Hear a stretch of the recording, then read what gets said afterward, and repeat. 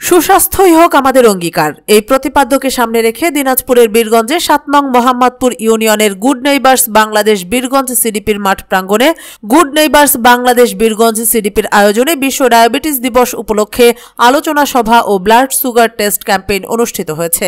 14 November বৃহস্পতিবার সকাল 11টায় Birganj সিডিপির health officer শাহিদুজ্জামানের সভাপতিত্বে অনুষ্ঠানের প্রধান অতিথি হিসেবে বক্তব্য রাখেন সিডিপির চেয়ারপারসন প্রফুল্ল কর্মকার।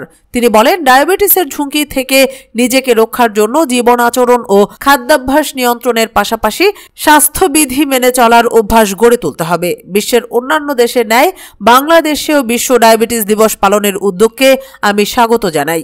ডায়াবেটিস একটি বিপাকীয় ব্যাধি। ডায়াবেটিস প্রতিরোধ ও নিয়ন্ত্রণের উপায় এবং এর ঝুঁকি সম্পর্কে পর্যাপ্ত জ্ঞান না থাকায় বাংলাদেশ সহ পুরো বিশ্বেই দিন দিন ডায়াবেটিসের প্রকোপ বাড়ছে।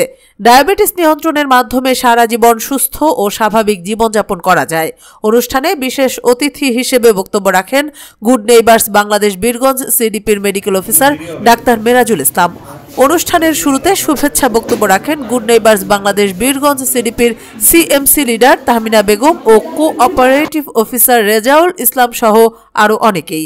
এ সময় এলাকার গণ্যমান্য ব্যক্তিবর্গ সহ আরও অনেকেই উপস্থিত ছিলেন।